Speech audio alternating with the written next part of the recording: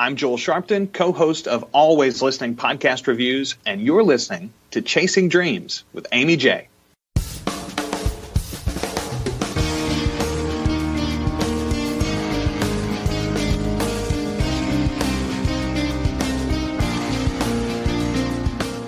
Welcome to Chasing Dreams Podcast with Aimee J. Aimee believes that realizing a life without regrets is achieved by taking chances, chasing your dreams, making moves, and overcoming your doubts. The Chasing Dreams Podcast will help you overcome life's obstacles, believe in your potential, and inspire you to face your fears. And now here's the woman who is passionately pursuing her dreams, Aimee J.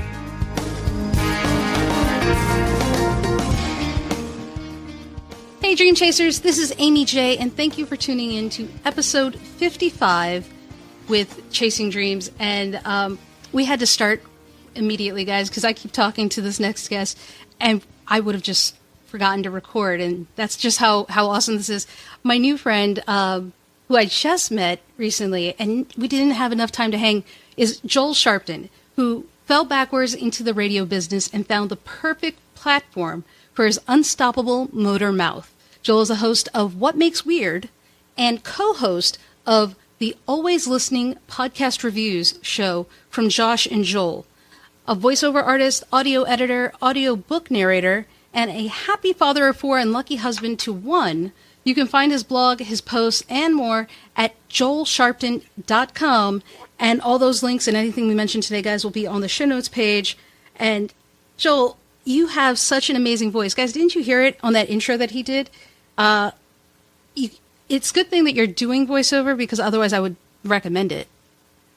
So I say, you said there in the intro in my little bio section that I fell backwards into radio, but that is exactly what happened.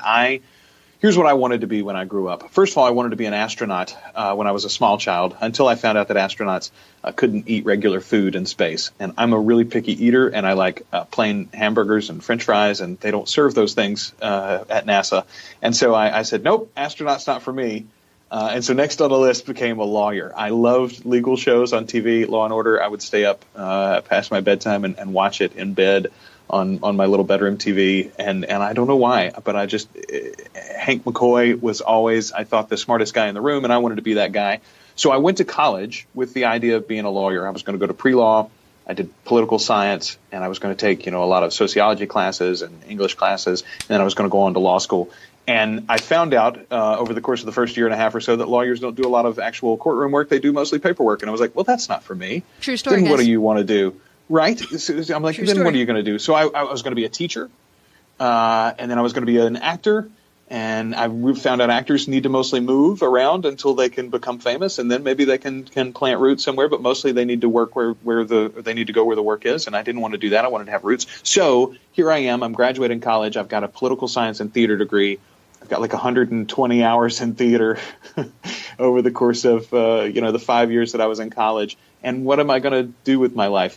And I had a buddy that said, have you ever thought about radio? We've had some theater kids that have gone and worked part-time for the local radio station, and they've been successful, and you've got a great voice. You should really look into that.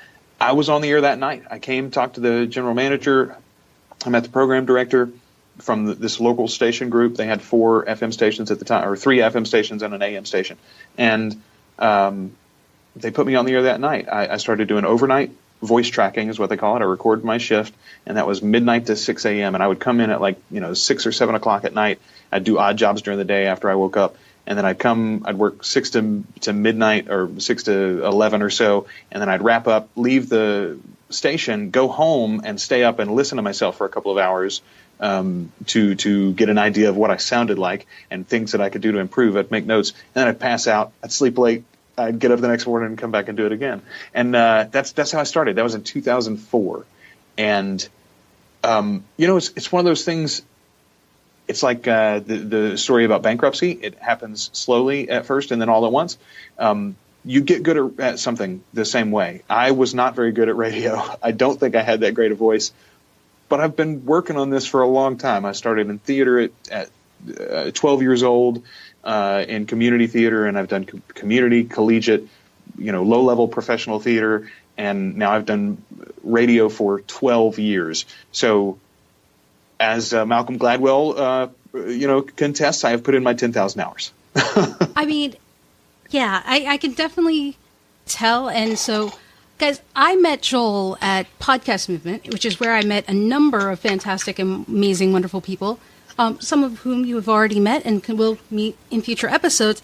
He gave a talk, and he gave one of the initial talks. I think it was in the morning, so even one of the first few talks that I had heard when the conference began. So it was kind of like the pre-conference day. Is that safe to say, pre-conference day? Yeah. So I was part of that, and I think I was like the third speaker in our room. There were two rooms going at once, but I think I was the third speaker.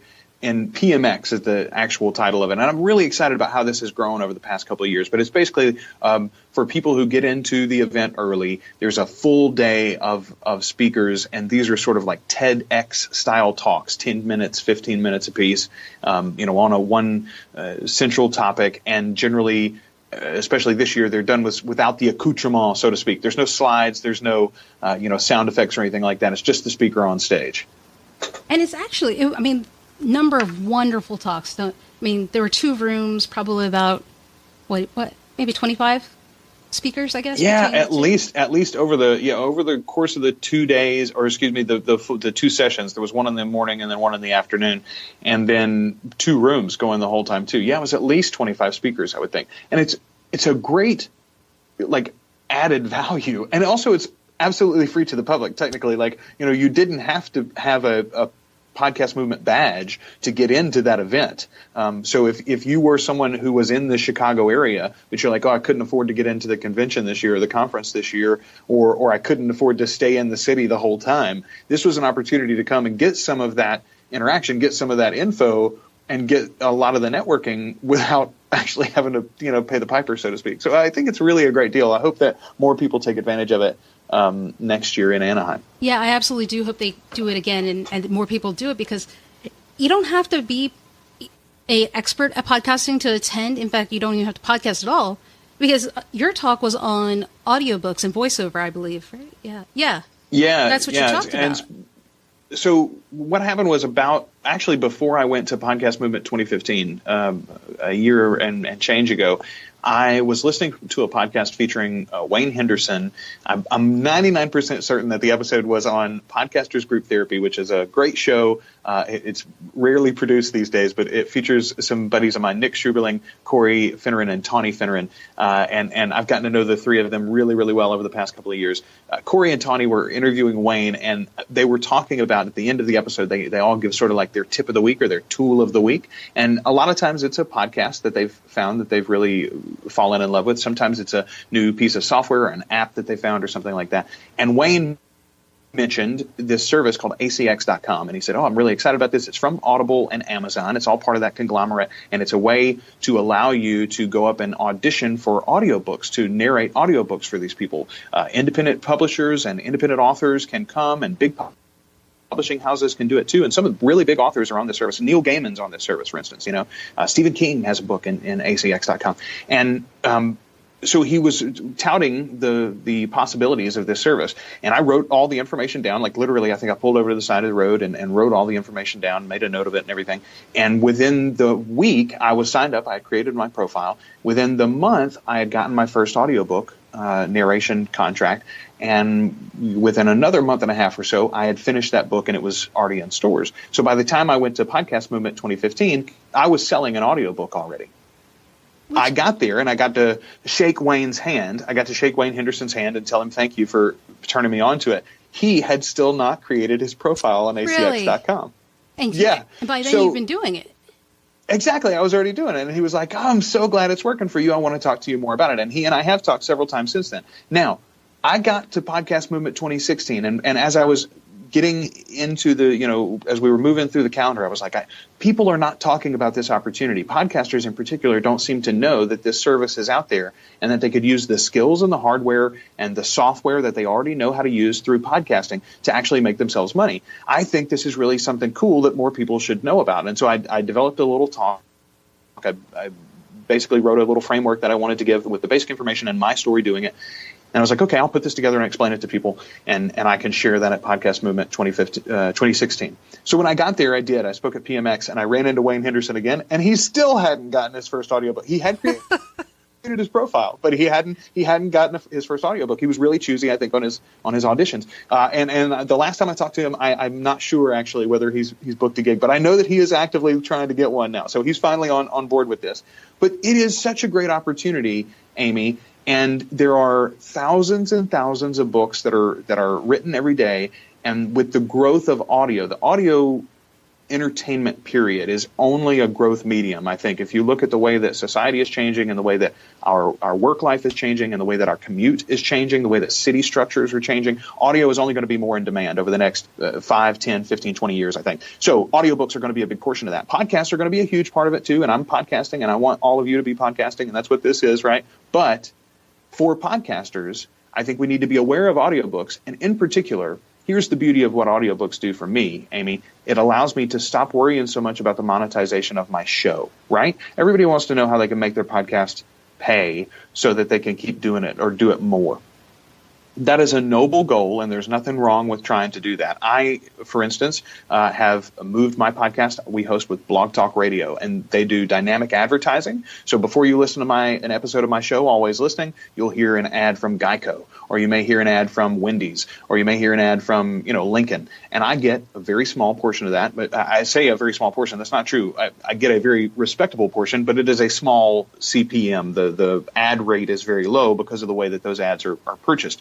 But over time, that's going to raise because of the shift in podcasting. And short term, even for me, what it's done is it's taken my podcast from being a cost, because I got to pay for the hosting, to being a slight positive into my bank account. But what the show that I want to do is a very niche show. I want to review podcasts. That's never going to be huge. Nobody's ever going to put me on NBC. HBO is never going to pay me, $150,000 a year to do that podcast. But my audience loves it, and I love it, and I want to continue to do it. So what my job then is to find ways to use the skills, the software, and the hardware that I already have because I'm doing that podcast, because I've developed these skills and this know-how. How can I turn those into dollars for myself? And that way I could free up some of these other, drudgery things that I don't want to be doing. And I think every podcaster has that opportunity. Not everybody is a radio guy. Not everybody has years of audio editing skills. I'm also an independent podcast editor, so that's another way that I'm making revenue. Not everybody has that opportunity. But if you were a podcaster, you've probably got a decent microphone, you've probably got a quiet place to record, and some time to do it without the distraction or the noise of your family. You've also got the software to edit it and the software to record it. That's literally all the things that you need to do to create a quality audiobook. And guys, why aren't we all doing it? You've just heard Joel's PMX talk. I mean, because it's true. Yeah, pretty much. I boiled it down into like a 5-minute version. I wanted to get it in there, quickly for you. But I mean, that's it's it, true. man. Like, it's true. Yeah, because you have the equipment, you have the thing, and it's not like you have to go out and get more stuff. And ACX membership is free when you do it. Yes, so absolutely. Why not? The one thing I will disagree with you on is that you absolutely may be on TV. You should try Netflix, because apparently there's a knitting in Netflix that's popular now. It just came out, apparently. Really? Yeah, and if that can be on Netflix, why can't a podcast review show? You never know. I will say this: I am in this for the long haul. We're over 100 reviews now in our show. We were originally called Pod on Pod. We rebranded a year in to Always Listening, and we're sticking with that from here on out.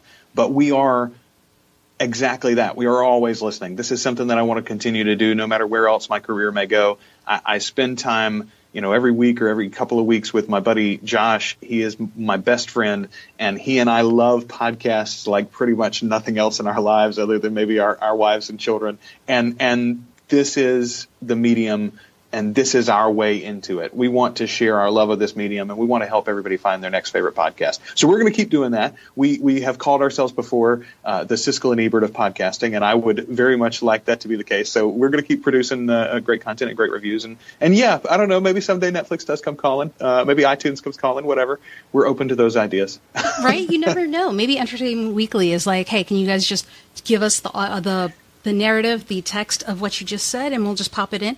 Because I love what you're doing. That's really cool, is because you also open up to audiences other podcasts they may not have considered.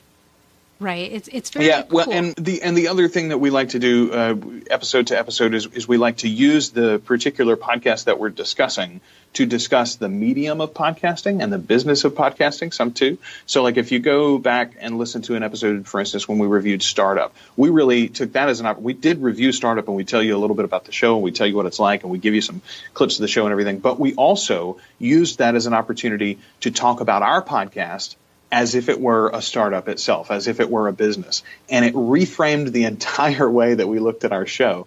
And you can see the direct result of that is we rebranded the show. We changed our format pretty significantly. We raised our production values. We made a big pivot because of us looking at another show in a critical fashion and discussing the ways that they arrived at what they were doing and why they were doing it and why it's successful now. And we do that week to week. We talk about a show and we start talking about, okay, this show is phone call focused, for instance, and why that might be a bad thing or why that might be a good thing. And then we maybe mention some of the technological advancements that have happened in podcasting that are helping this become a less common issue or less of a problem for your average podcaster. It's a window into the broader medium that we love so much.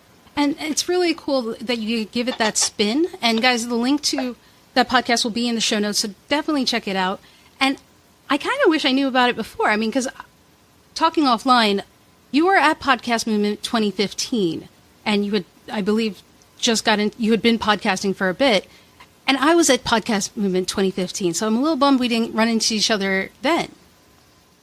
Yeah, so here's the growth of my business could also track, and someday maybe I'll write at least a lengthy blog series about this, if not a book, but my personal growth. So here's what happened, and it is directly resultant into my diving slowly at first and then all at once into the area and the medium of podcasting. So I as I told you, I was in radio in 2004. I started podcasting in 2012. My best friend, Josh Shirley, who is he is the, I'm trying to think what of his title. He's the managing partner for the local Raising Cane's here in Ruston, Louisiana. That's his day job. So he's in the food service industry. He is a respectable member of the business community. And I was the, upstart rascally DJ guy. Recently divorced, single at the time. He was married and stable. I had two kids that I was, two sons that I was, had half custody of. I had them half the time. And so that was the life that we had. And what we started was this silly little explicit comedy podcast. It was the two of us getting together every week and being silly and crass and crude and making fun of each other and making fun of news stories and whatever. It was like every other podcast with two white guys that you've ever heard, pretty much, And there was nothing wrong with that. And we started it. Our main goal when we started it was to ensure that we got to hang out an hour every week. His schedule was busy. My schedule was getting more busy all the time. And we loved to spend time with each other. And I thought we used Kevin Smith and Scott Mosier, actually the guys behind Smodcast, as an inspiration. That's exactly how they started their show. They wanted to guarantee time with each other. And so we did too. And I said, okay, we'll put it out as a podcast. And by scheduling it and by making it public, you sort of make it mandatory and you give yourself a responsibility to do it. And then it's not just you hanging out with your buddy. You also have this show to do. So it worked. It worked great. What happened over the course of a year and a half or so is through actually doing the work, he fell even more in love with podcasting than he already was. He listened to a lot at the time, but he was not the aficionado that I already was. By the time we're a year and a half in, we're both listening to not dozens, but more than 100 each podcasts on a regular basis and staying current on them. And so what would happen is every week we would come in to record, and the first 5 or 10 minutes we would spend in the studio, we would talk about the new podcasts that we had discovered that week. We wouldn't talk about the show. We would just talk about these shows that we had listened to. And I don't know, we had done that a month or 2 months maybe. And Josh says one day, this is a better podcast than the one we're doing. We should really do this as a show. And he was right. It was immediately, as soon as he said it, it was like the universe smacked you in the face with it. Like, why is this not obvious to you? And it was. So we began to craft that show. We found some partners to help us put it together, and we created Pod on Pod. We launched it, and the original goal was to keep both shows juggling at once. We quickly found that was not the case. And it wasn't just because of time issues. It was because the creative juice was so hot on the new show. The idea was good and the concept was good, and it was stirring our passions in a way that the old concept wasn't anymore. And the need that the old show was filling, which was just us hanging out as friends, was gone. So we finally let that go. We turned it away and we closed it down for good. So now we're only focusing on pod. When we came to Podcast Movement 2015, we made a lot of great friends there. We knew Corey Finneran and Tawny Finneran before that through the internet, but we hadn't actually seen them in public. We had seen them in person. We hadn't met Nick Schuberling in person. We not only did we meet those three folks, but we lived with them for the weekend at Podcast Movement 2015. We rented an Airbnb house with them, nice. Which my wife still says was weird to live with strangers. But we had a great time. We really got to know each other well that way. And now we are, honestly, that's three people that I'm going to count on for the rest of my life. Those are great friends and great like business associates too now. But the big meeting that we had at Podcast 2015 was Jay Soderberg. A lot of people in the podcast area may know him as Pod Vader.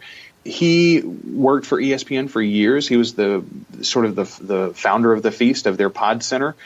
He was the executive producer, I think, on pretty much everything that came through their podcast world for the longest period of time. And in particular, the show that I knew him from was ESPN Fantasy Focus Football with Matthew Berry and Nate Ravitz. He had been the producer of that show and was the producer also talked on that podcast. He was a member of the panel, so to speak. It was a very lively fantasy football show, and I just got the maximum amount of enjoyment out of it. It was one of the first podcasts that I got into and listened to every day.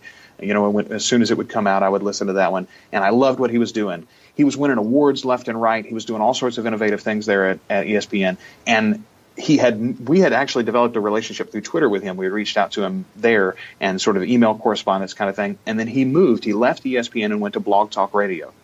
We did not have a good concept of Blog Talk Radio at the time. They had been known for connecting podcasters over the phone network, basically. And so the audio was never very good. And it was a lot of like conspiracy theory shows and like, religious programming and far right talk radio politic type shows and things like that. And just nothing that was up our alley, really. Sports, a lot of sports too.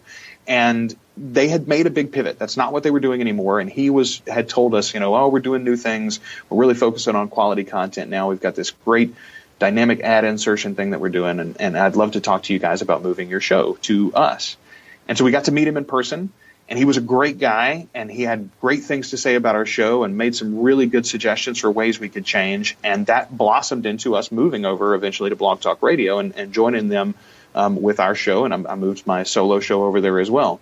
That relationship has led to just like domino after domino after domino. But the big lesson for me at the end of 2015 was, Podcast Movement 2015, was that I need to have – what happened with Jay Soderberg? He was standing in the bar, right there at the bar talking with his friends. And I'm standing on the other side of the bar with my little group.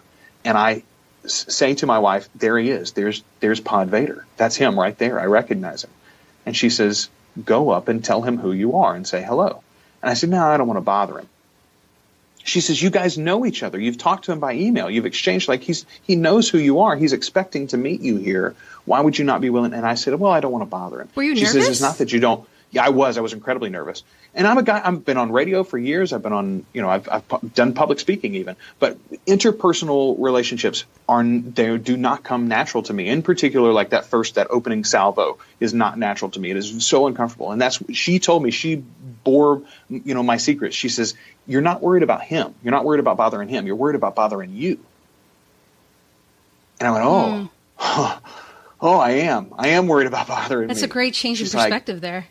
She's like, but you're doing it for you. You're going over there for you. It's not for him. You don't have anything really to offer him other than you are a good guy and he would do well to know you, but you're going over there for you. So why would it be bothering you to go and meet this guy? And I'm like, you're right. Okay, I will. So I stumbled over there and I did it. And the blessings literally that have flowed out of just reaching out my hand and saying, hey, Jay, I'm Joel Sharpton. Good to finally meet you. Man, I'm the always listening guy. I'm the pod on pod guy at the time. And I can't, innumerable things in my life have come from just literally putting out that one hand. And so when I went to Podcast Movement 2016, I said to myself, you've got to be different. Like, you have to make a point to, when you see someone and you think that would be an interesting person, you don't have to know how they're going to be interesting in your life, and you don't have to worry about scheduling time with them. You don't have to worry about, well, when will I make time to be friends with this person? Are they going to follow me on Twitter? Am I going to like their blog? Am I going to listen to none of that matters. It's a human being. It's a human being who may be a person who you would love to spend time with, and vice versa. So when you see that and you feel that at all, and there's any inclination whatsoever about, hey, I should say hello to that person, you should always say hello to that person. Like, that's you've got to get over whatever it is that's slowing you down to do that. So that is the number one thing that changed in me over the course of the year. It didn't get any easier for me, really. I just understand the importance of it, and I am willing to lean into the uncomfortable nature of it. And so that is why you and I did not meet at 2015, Podcast Movement 2015, and it's why we were never going to miss each other at Podcast Movement 2016, because I had seen your shtick with the Chasing Dreams board, and I thought, I want my picture with that little whiteboard. Thank you very much.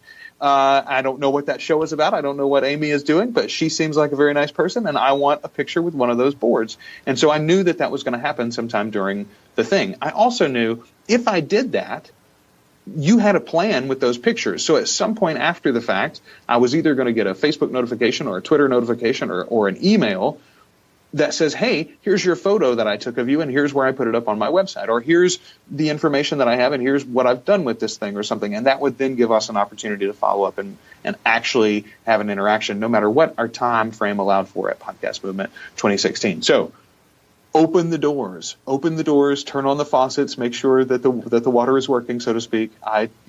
Allow yourself to be available for opportunities.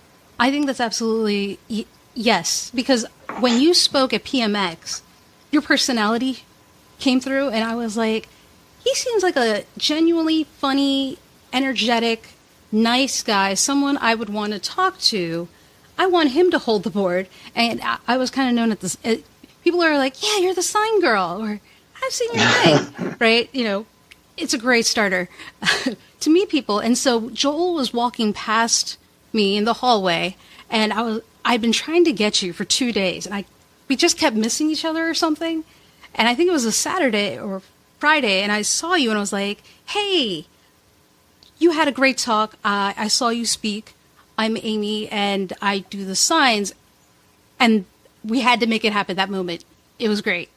No, absolutely. Well, and here's the thing, too. Like, and I've talked to several people about this. If you're listening to this and you're thinking, wow, Podcast Movement sounds like something really cool, I need to go. When you're making your plans, go ahead and plan on getting I believe in the next year, the virtual ticket's going to be an add-on. It's not included in the base price or whatever. So get the virtual ticket. And I'm telling you why now. What I found at Podcast Movement was every time that I sat in a session, and I actually sat through the whole session, afterwards, I would go into the hallway, or I would open up Twitter, and I would find something amazing that I missed happening in the hallways, or my friends got to do, or some interaction that someone had out in the lounge or the lobby or whatever.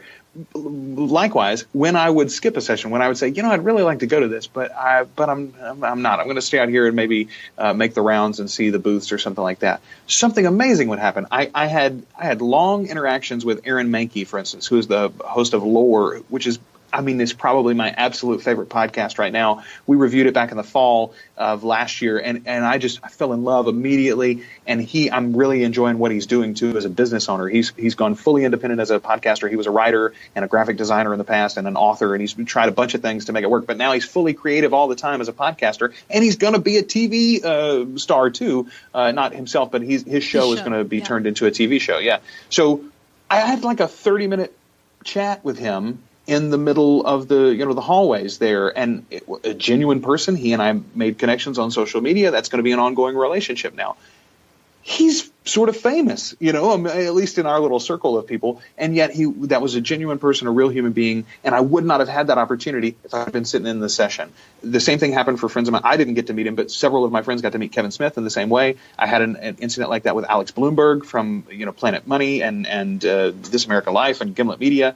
and on and on and on. Danny Pena, I've known him on social media, and he and I have interacted through Twitter and things like that. But I actually got to meet him. I got to shake his hand and hug his neck, and say, "Hey, man, you're doing a great job with Gamertag Radio. I love the community you've built, and I'm so glad to know you. And I'm looking forward to being down in your neck of the woods when we go to Orlando, et cetera, et cetera." So, like, you have these interactions in the hallway. The sessions are wonderful, and I'm going through the virtual ticket from 2015 now. I don't know about you, but I've been listening ever since that got published. I've been listening to all the sessions that I missed, and it's great. There's such great content there. Yeah. But I can have that now throughout the year. I cannot have those personal interactions in the hallway throughout the rest of the year. So, and that's the in thing, person, right? And Jared, Dan, if you guys are listening, we're not encouraging not going to the sessions, but I get so much, right? Attend the sessions, guys. But I get so much in between, or if I happen to miss a session because I get the virtual ticket. And yes, I've been listening to them because they're amazing speakers, amazing things. You will learn so much. But the personal interactions, I think, is one of the most powerful things I get every year I've gone.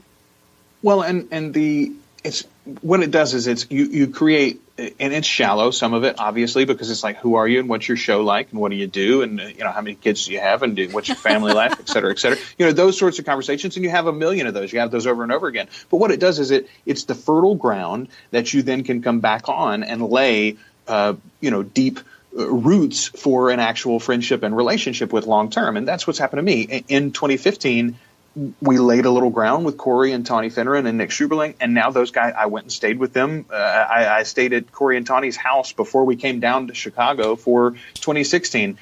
Josh, my co-host, just went back to Corey and Tawny's house like last weekend to hang out for a Cubs game. So, like, that's a real friendship now. That's a real relationship. These guys, Cale Ownby is another one that I lean on a lot that I did not know until I met him at Podcast Movement. We developed the beginnings of a friendship there, and now we've deepened it over time through interaction, through email and phone calls, and almost like we don't have an official mastermind group, but those guys are the ones that if I've got a great idea or a bonehead idea, those are the ones that I bounce it off of, right? Like I go to my team, and a conference in many cases is where you meet those people that can help form your team.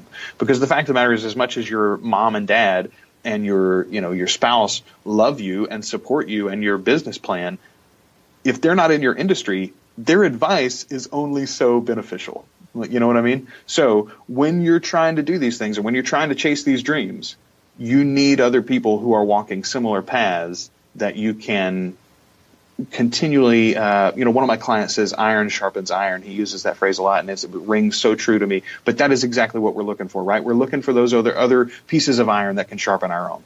And, this whole episode just kind of went to the importance of networking, and I love it because it's true. You actually had some opportunities come from 2016, right? Are you speaking anymore? Yeah.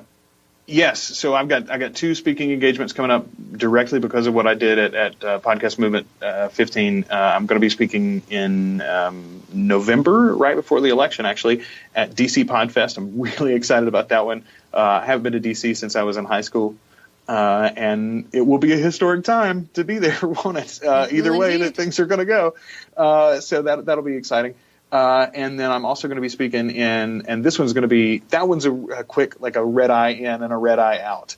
The trip, though, to Orlando in February, we're going to make it sort of a mini, maybe a second honeymoon or something. The wife and I are both going. We're going to go to Orlando for Podfest down there. Really excited. Chris Kremitzos and crew, they've got a really big thing brewing over the next couple of years. And of course, the highlight of that event is going to be, they're going to premiere the Messengers documentary. I don't know if you've been following that at all, but if you're into podcasting, it is a really cool project. They're doing a really good job with it. And that's going to be, I think, the world premiere is at Podfest in Orlando. So I'm going to be speaking at both of those, and knock on wood, hopefully, maybe I'll be back at PMX or at Podcast Movement 2016 as well. Which I if you try, I think you would make it because you're a wonderful speaker. And guys, the links to DC Podfest, if Orlando has one, I'll get the link for that. And the documentary will be on the show notes page because you should check out the documentary, especially. They have a Kickstarter or Indiegogo thing. So if you could support them, that'd be fantastic. They're doing an amazing job. I saw some of it. Isn't that the one that was previewed for us? Yes, yeah, it's got Glenn the Geek, and it features Sean Smith, the mobilepro.net, and Danny Pena from Gamertag Radio. Those are three of the big figures that are featuring in it early. They've also created a podcast, which I started listening to. Dave Jackson from the School of Podcasting has created this really cool narrative podcast about the making of the documentary about podcasting. It is as meta as you want to get, man. It goes all the way down. And it's kind of the thing you were talking about with audio and how many things are happening. It's just kind of, it will always be there, and it'll just continue to grow, and opportunities are going to only increase. I mean, I'm sure there's going to be some new way for you to use your audio equipment outside of podcasting and audiobooks and things like that. There's going to be some new thing somebody smarter than I is going to come up with probably in the next year or two.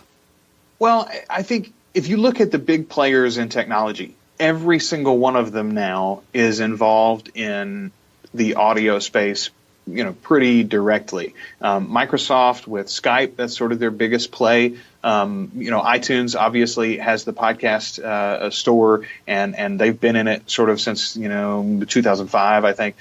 Google has now moved into it with the Google Play Music app, hosting podcasting, at least in the U.S., and then expanding out to the rest of the world. Audible, Podcast Movement 2016, Eric Newsom, who is one of the executives with Audible, he made an announcement about their sort of spoken word entry. They've got a whole host of original shows that are podcasts, just not delivered in the traditional way. That's a really interesting. Anyway, everybody is working on this thing, and I think, as the album cover said, 150,000 Elvis fans can't be wrong, or whatever. All of these companies can't be wrong either. This is a continuing to grow medium. It's not growing at an exponential. I don't think there's ever going to be another hockey stick uptick in the explosion of podcasting. I think it's going to be just on a every year over year continual growth until it effectively swallows all of spoken word entertainment. Really will be delivered in this on-demand fashion, I think. And so with that in mind, if you have a passion about something, if you have a hunger to discuss a topic, the technology is made easier every single day. There is a new company that's cropping up to try to give you an all-in-one solution for recording and editing and posting and hosting and all of the other things that you want to do. And there's a lot of tutorials. As a matter of fact, not to plug myself and pat myself on the back too much, but I am currently working on a podcast 101 course that's going to be available on my own website. I think what it is there is such an availability for people to have their voices heard. And some people are worried about oversaturation with that. But, Aimee, I am not worried about oversaturation. I think that is the path forward to a better society. When we can all hear each other and we can all actually listen to each other, then we can begin to have empathy and understanding. And I think that solves so many societal issues in a way that we've never had an opportunity to do before, just because we don't know how to listen to each other in a sort of a safe and secure way. It doesn't matter how straight, white bread, middle America, I've never even seen a black person you are. You can download an episode of Another Round and get a dose of Tracy and Heben and really understand them as people. And you can do it on your own terms, in your own place, in secret. You don't have to expose your peer group to the fact that you're trying new things. You don't have to you take a scary walk into a different neighborhood, et cetera, et cetera. You don't have to get out of your bubble, and yet you can be exposed to someone else's heart and their feelings and their thoughts. And to me, boy, that is the way forward. That is the way forward. If we're exposed to each other's hearts and our desires, we will understand that we are more alike than we are different. I think that was one of the themes, from Podcast Movement, is sharing your story. And I think everybody has one. And if you go outside your comfort zone and listen to a different podcast that you may not normally listen to about a topic you may not know anything about, I think you're right. The power of podcasting can share your story and the impact you may not see immediately, but I think it would still be powerful nonetheless. Well, and it's the intimacy of the medium, too, right? If you think about how we listen to podcasts, even right now, I've got earbuds literally in my ear. Your voice, when you talk to me, is inside of me. It's in my head. that is intimate, and it affects us on a subconscious level. It literally, and I'm not going to do it as eloquently, but someone at Podcast Movement 2015, they talked about the science of speech and the science of hearing and the science of audio. And when you speak and I hear it, you are physically touching my ears, and the inside of my ears. It's a physical connection that you and I are sharing. That is super powerful.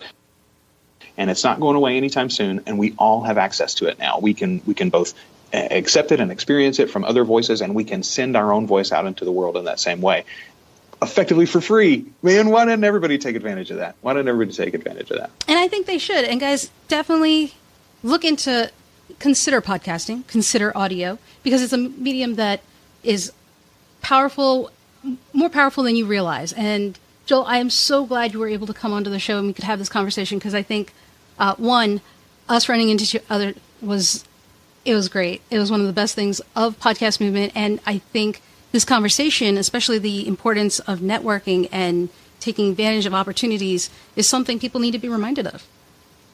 Yeah, it went in a couple of different directions than I had originally intended it to, or maybe you intended it to. But I think that's the beauty of podcasting, right? Is that it's not regimented, it's not formatted, it's not ordered or ordained from above.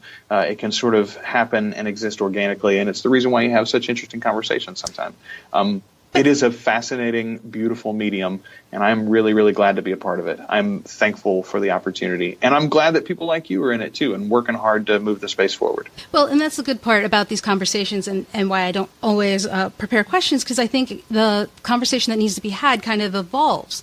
But that being said, you still have to tell those who are listening what is something that you would recommend to someone chasing their dreams. Oh, man. And I use this. I'm going to use this advice. This is sort of my advice for the year. Last year, I talked on and on about editing, specifically. No matter whether you're a painter or a writer or a podcaster or whatever, edit. When you edit, you save time for yourself in a very small amount, but for your audience in an exponential amount. Right? If you save 1 minute out of a podcast, or you cut one page off of a book, but you have 100 readers, that's 100 pages that you've saved. If you have 1,000 readers, that's 1,000 pages you've saved. If it's 1 million downloads, you've saved 1 million minutes out of the world's time with that one edit that you made. So that was last year's advice. This year's advice is lean into uncomfortability. I'm going to give you a real short anecdote. I am married to a beautiful woman named Kelly Johansson Sharpton. Kelly is a widow. She lost her husband right about the same time as I found myself in the middle of a separation and divorce from my first wife. We both had our lives changed in 2010. We ended up back in this college town. She was already here. I had moved back here after the separation, and we became friends through Facebook first. She liked my radio station, and she reached out to me. We had some people in common from our past, and she says, "Hey, you don't know me, but I like your station. I like what you're doing." And we were Facebook friends for a while. We met Cinco de Mayo of 2011, and I told her that night that she was a beautiful woman, and I would very much like to give her my phone number, and I would like to have hers, and I'd like to spend some time with her. But I needed to tell her up front. I was a recent divorcee. I've got these 2 kids that I share custody of, and I'm a very devoted father. I'm really trying to still find my feet with that, and I'm not going to have a real relationship. I'm not looking for a girlfriend. I'd like to spend time with you. You are a wonderful person, but I don't want a girlfriend. I told her that for several months. And then I told her she was my girlfriend if she wanted to be, but that I was never, ever going to get married again. And I told her that for several months. And then I told her that we might get married someday, but I couldn't have any more children. I just didn't have it in me. I loved my boys, and I really wanted to focus on them. And I was trying to build this career, and I needed to do things, and we couldn't have any more kids. And I told her that for a few months. And then we got married on April 20th, 2013. The Monday before we were married, we discovered that we were pregnant. 18 weeks later, we discovered that we were pregnant with twins. And so now we have not one more child, but 2. We now have 4 kids, ages 8, 7, and 2 2.5-year-old twin girls. And all of these things were every bit as uncomfortable as I imagined they would be, which is why I told her that I didn't want to do them and that I wasn't going to do them. And yet, all of those things are the greatest things in my life. My wife and my kids and this new life that we built together, it's the cornerstone of everything else that I'm doing. When I stepped out as an independent contractor in January of 2016, the only reason I was able to do that is because I have this incredibly supportive wife who understands what I'm doing, sort of. She believes in it even when she doesn't understand it. And she wants me to not only be able to make money and support the family, but she wants me to do that in a way that feeds me and supports me as a human being and as a creative individual. And she knows that's important and a cornerstone of us being a happy, healthy couple and relationship moving forward. And I never would have gotten to any of that. I never would have had the partner to build this business or this life with if I hadn't leaned into the uncomfortability of meeting another father-in-law. I didn't want a father-in-law again, I didn't want to meet anybody's family. I didn't want to have to move in their stuff. I didn't want to have to. She's got dogs. She's got dogs from her first marriage. These two dogs are old dogs. They do not like me. They were around before me. They consider that they will be around after me, even though that is not the case. It's an adversarial relationship. All of that is uncomfortable, but it's also wonderful. It's where the spice and the spark and the wonderfulness of life is. So lean into uncomfortability whenever possible. I love that saying. Hilarious story, by the way, but I do love that saying. Joel, thank you so much for coming onto the show, sharing your story, and an amazing quote. Hopefully we'll get to have you back on later on. Hey, anytime, Aimee. I'm a big fan of you. I'm a big fan of anybody who is chasing their dreams, and I'm glad that I'm on board and doing it too. You can see the dreams that I'm chasing if you want to check me out over at joelsharpton.com or the podcast at alwayslisteningpod.com. Those are the two websites. Before we stopped recording officially, Joel and I were talking, outside of the podcast, and he had an interesting take about how we're going to change the world. And I really think it's something you guys should listen to because it's very powerful and something I agree with. So here's Joel. My kids watch this show called Word World, right? Have you ever heard of this? No. It is a beautiful cartoon. It's on PBS, and everything in the world, all the characters are made of letters. So if it's a sheep, it's literally the letters SHEEP put together to form the shape of a sheep, right? So once the main characters, sheep and dog and duck, they meet an elephant in the forest one day, and the elephant is a big long word, right? And they're trying to say the word. They can't. How do we say elephant? How do we spell elephant? I don't know. And elephant tells them, you do a big word the same way as you do a little word. You just do it one bit at a time. And that's the way we're going to change the world too, Aimee. We don't have to worry about fixing all of society's problems. You just go next door and you make your neighbor's front yard a little nicer, and you make your yard a little nicer, and then you go talk to the neighbor across the street, and the three of y'all get together and go make the guy next door a little nicer, and you just work there. You do it one bit at a time, and we'll all be better off. Thank you once again to Joel Sharpton for coming onto the show and sharing his dream chase story about how he's chasing his dreams and loving life. He's having a great time, guys.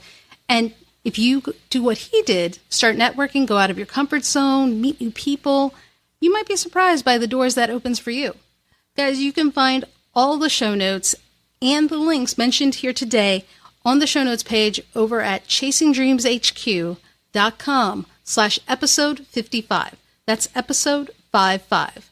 And before I sign off, I do want to thank you guys also for listening to the lesson Joel was sharing from Word World, because, with his permission, we put it into the episode. The elections are coming up. A lot of things are happening in the world today on a local, city, state, country, global, world scale. And it can be very daunting and it can be intimidating. And you may think you can't do anything about it. And I and Joel and others are here to say that's not true. Okay? While it does seem daunting, take a step back and remember what we just said. Remember the words from Word World, because it's a kid's lesson, a basic lesson that can be applied here. Start small. Start with you. Start with what's around you. Bring a friend, bring another friend, and keep on going. You might be surprised by what you can do and the impact you'll have on society. So do that. Get involved, because I Absolutely. Chasing your dreams, important.